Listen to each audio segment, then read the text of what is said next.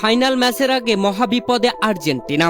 স্পেনের বিপক্ষে 2026 বিশ্বকাপ ফাইনালের মহারণের আগে মাঠের বাইরের এক অনাকাঙ্ক্ষিত বিতর্কে মহাবিপদে পড়তে যাচ্ছে আর্জেন্টিনা। ইংল্যান্ডের বিপক্ষে সেমিফাইনাল জয়ের পর ফকল্যান্ড দ্বীপপুঞ্জ নিয়ে রাজনৈতিক স্লোগান ও ব্যানার প্রদর্শনের অভিযোগে আলবিসেলেস্তেদের অন্তত 6 জন খেলোয়াড়কে নিষিদ্ধ করার জন্য ফিফার কাছে জোর দাবি জানানো হয়েছে। ব্রিটিশ সংবাদ মাধ্যম ও সংশ্লিষ্ট মহলে এ নিয়ে তোলপাড় শুরু হয়েছে।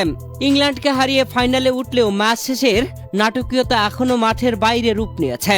আটলান্টা স্টেডিয়ামে অনুষ্ঠিত সেই সেমিফাইনালের আগে ও পরে আর্জেন্টাইন খেলোয়াড়দের 1982 সালে ইংল্যান্ডের সঙ্গে যুদ্ধ হওয়া বিতর্কিত ফকল্যান্ড দ্বীপপুঞ্জ নিয়ে গান গাইতে দেখা যায়। শুধু তাই নয়, ম্যাচের জয়ের পর তারা মাঠের ভেতর লাস মালভিনাস সহ আর্জেন্টিনাস ফকল্যান্ড আর্জেন্টিনা লেখা একটি রাজনৈতিক ব্যানার উঁচিয়ে উদযাপন করেন। ফিফার স্পষ্ট নিয়ম অনুযায়ী ফুটবল ম্যাচে যে কোনো ধরনের রাজনৈতিক ব্যানার, বার্তা বা স্লোগান সম্পূর্ণ নিষিদ্ধ।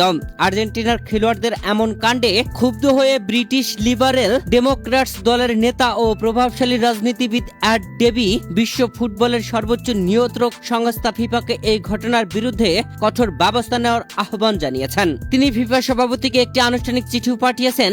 স্কাই নিউজকে দেওয়া এক সাক্ষাৎকারে অ্যাড ডেবি বলেন, ফিফার নিয়ম সবার জন্য সমান হওয়া উচিত। আর্জেন্টাইন খেলোয়াড়রা ব্যানার নিয়ে রাজনৈতিক বক্তব্য দিয়ে ফিফার নিয়মের চরম লঙ্ঘন করেছে।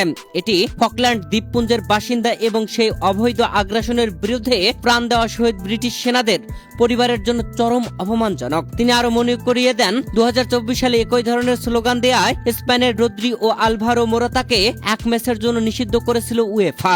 এবারও সেই নিয়মের প্রয়োগ চান তিনি। ডেভিডের দাবি অনুযায়ী যে 6 জন খেলোয়াড় সেই ব্যানার ধরে রেখেছিল এবং চারপাশে উদযাপন করেছিলেন, তাদের সবাইকে 20 জুলাই ফাইনাল ম্যাচ থেকে নিষিদ্ধ করা উচিত।